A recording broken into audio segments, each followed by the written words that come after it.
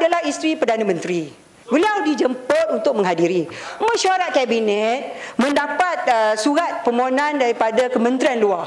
Memberat keputusan bahawa beliau menaiki private jet. Ini keputusan yang dibuat dalam mesyuarat kabinet, apa pula yang salah?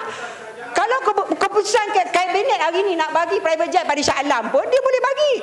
Itu hak kabinet yang mana Shah Alam nak bising, sebab inilah kerajaan, pasal ini kerajaan tulus. Maknanya kabinet ini boleh buat ikut suka dia lah. Masalah tulus. Whatever the cabinet decide, they can do as they like. Accountability of the cabinet itu dah member of parliament. Kerajaan yang tidak ada prinsip dan tidak ada peraturan. Tapi sebenarnya mana boleh kabinet buat ikut suka dia? You cannot justify sesuatu tindakan semata-mata ianya kelulusan kabinet. Apa yang salah tetap salah.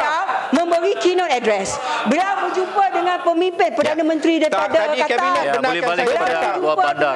Perdana Menteri dan juga kepimpinan persatuan dan sebagainya. Beliau pergi sebagai pemimpin. Cukuplah ya, cukuplah. Iyalah, dia pergi sebagai seorang She is not representing the government. Kita tak boleh menghina hanya kerana beliau isteri Perdana Menteri. Ini sebenarnya strategi yang dibuat oleh walaupun isteri, seolah-olah isteri itu tak bererti bahawa dia berhak untuk menikmati segala. Ini niat jahat. Kita dalam Kementerian Luar Bandar. Suka menunjukkan seolah-olah Perdana Menteri dan isterinya orang tak baik. She was never elected by the people. Saya minta maaf Datuk Pengerusi.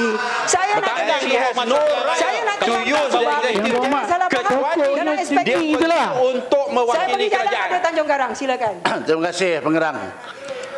Pengerang, saya nak minta penjelasan je.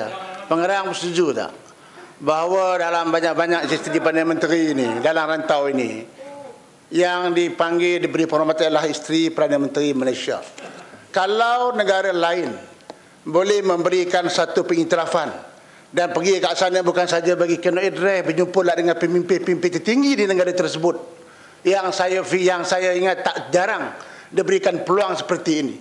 Setuju tidak yang Pengerang bahawa kalau pemimpin negara luar boleh memberi penghormatan yang tertinggi kepada isteri Perdana Menteri kita, mengapa kita sebagai Raja Malaysia tidak boleh menghargai jasa yang dibuat oleh isteri Perdana Menteri dan juga penghormatan yang diberi oleh negara lain? Dan setuju tak yang berhormat Pengerang bahawa panggil pembangkang apa juga sembarang siapa yang cuba memajukan negara, yang mengharumkan nama negara, mereka lah akan menjadi musuh kepada mereka. Sebaliknya kalau pemimpin mereka pergi luar negara merosakkan nama baik negara, itu nombor wahid bagi mereka. Kita tak pergi, kita tak guna, kita tak guna kemudahan kerajaan. Dia boleh pergi ke mana dia pergi, tidak ada halangan. Kalau nak pergilah, tapi pakailah dia sendiri. Bola kerai insya-Allah dulu. Bola kerai duduk, bola kerai. Kabinet berikan kelulusan. Kabinet duduk. Bola kerai duduk.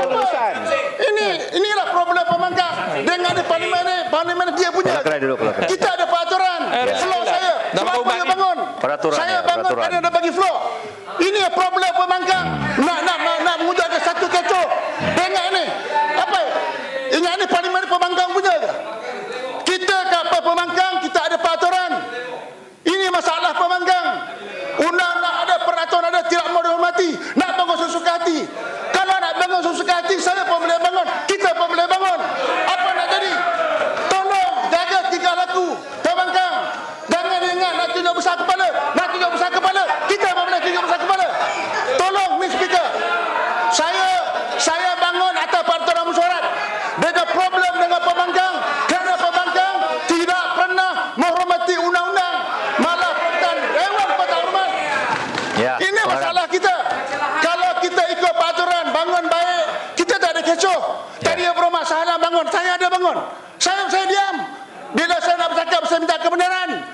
Dan ikutlah peraturan. Kalau nak cakap sendiri, pergi melalak tepi jalan lah. Ini bukan tepi jalan, nampak demonstrasi.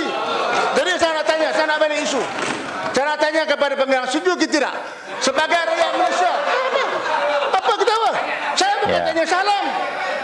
bukan tanya salam. Apa bangun ni? Ketawa dalam dewan bukan salah. Bola kerai bukan salah dalam peraturan ketawa dalam dewan. Bola kerai.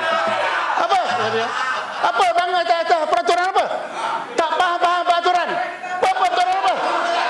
Atas peraturan apa? Saya bentak kebenaran. Kalau tak tahu peraturan, duduk.